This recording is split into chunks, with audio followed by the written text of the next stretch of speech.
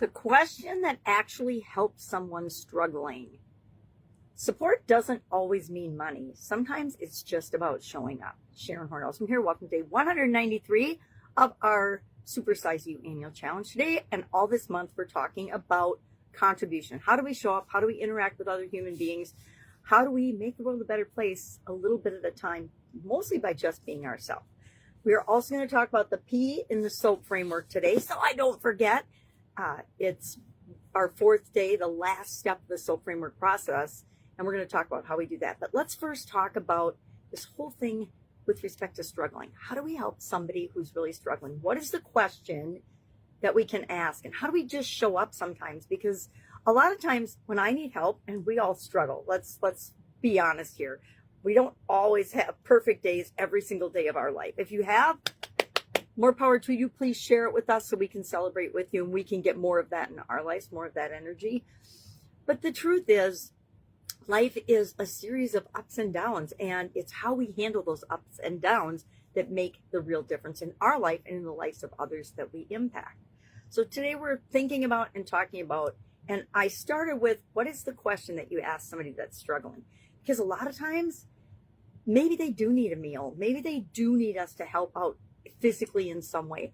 But the vast majority of the time, at least I know with me, I just need somebody who will listen to me for a minute so that I can actually answer my own question. Because the truth is, we always know what we need to do. We're just not doing it for whatever reason. And there's a lot of good reasons that we're not doing the things that we know we need to do at the time. But we don't want to stay stuck there. If we stay stuck there, nothing ever changes. And I don't know about you, but I've had times in my life where I've been stuck in not the best place and just going around in circles, wondering when things are going to change. Well, they don't change until I decide to make them change. They don't change until you decide to make them change. So what is the question I ask? I ask, how can I help? And then I shut up and I listen and I pay attention and I'm 100% present with the person. Why? Because they're going to tell me how I can help, or they're going to say, it's none of your effing business, leave me alone.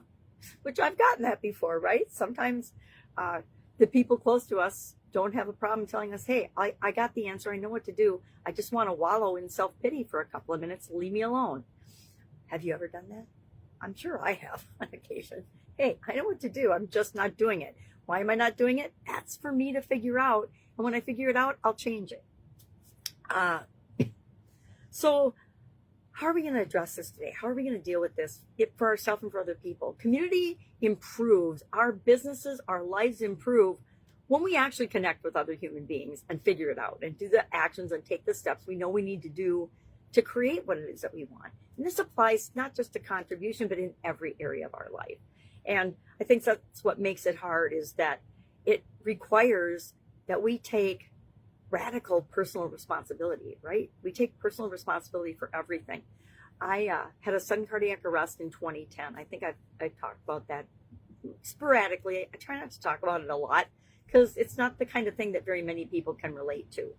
But after that event, I realized that, and this is really, it didn't come overnight to realize that, but I realized as I went back and became more self-aware and revisited what had been happening leading up to that event, I realized I had created that event in my life. And that's an example of taking radical responsibility. Not many people will say, I was 100% responsible for having a death experience. But I believe now, after studying and learning for years after the event happened, that I really did create that because I wanted an out of how I'd been living up until that point.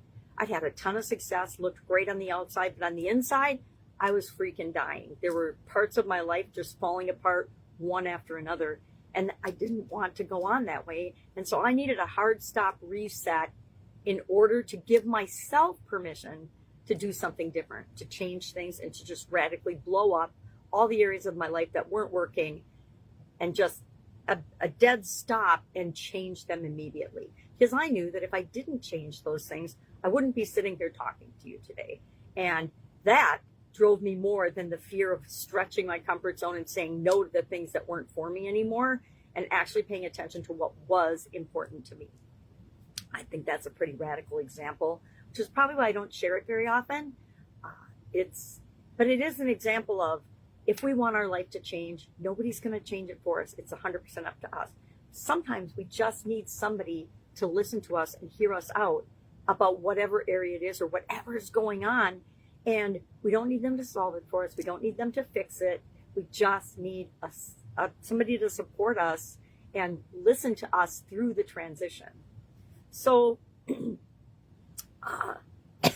our interconnectedness and our success is often dependent on other people. Okay, it's almost always dependent on other people, right? None of us is an island. We don't live in a vacuum.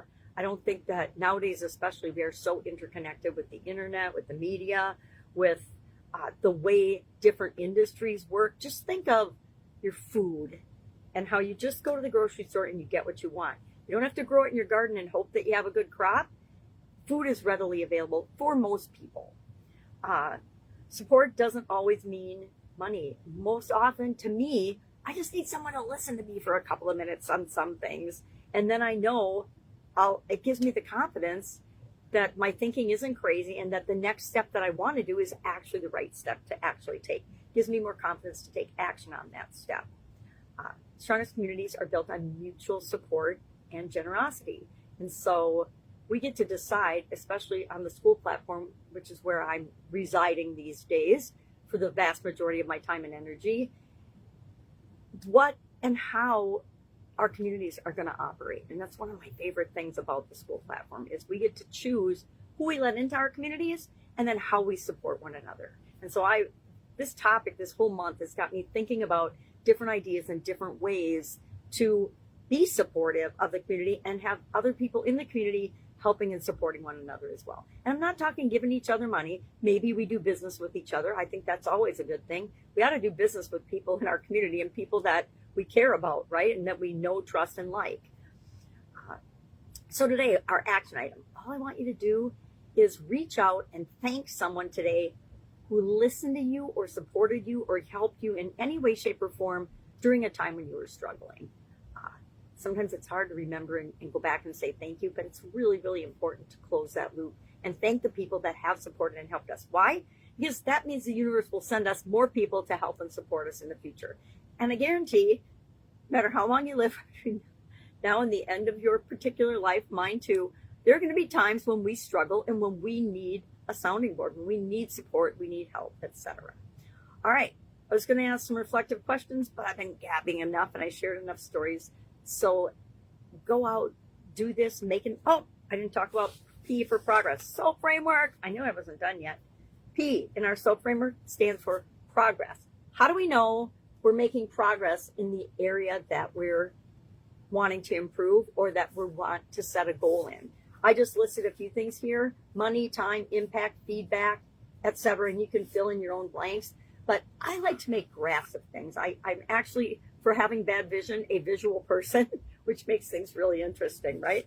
So I like to make graphs and track things over time. So this would be, I'm contributing the same amount of money all the time because maybe it'll go up, maybe it'll go down. It depends. But I always pick an amount that I'm going to contribute to different charities and causes and people that I care about over time. And that amount usually stays about the same, unless I make a ton of money or have some windfall, and then I increase it. Over time, the amount of time and energy I put into things or impact and feedback, I want that to be increasing and going up. So come up with a way to measure how you know if you're making progress or not. And it really is pretty easy. You can measure time or money, or you might have to come up with some creative ways to measure impact and feedback. But you know if you're helping or not. You know if you're contributing or not. And graph it and thank yourself for it because it's making the world a better place. All right. If I can help you in any way, ask. Otherwise, go out, make it an awesome day, and I will, of course, see you tomorrow.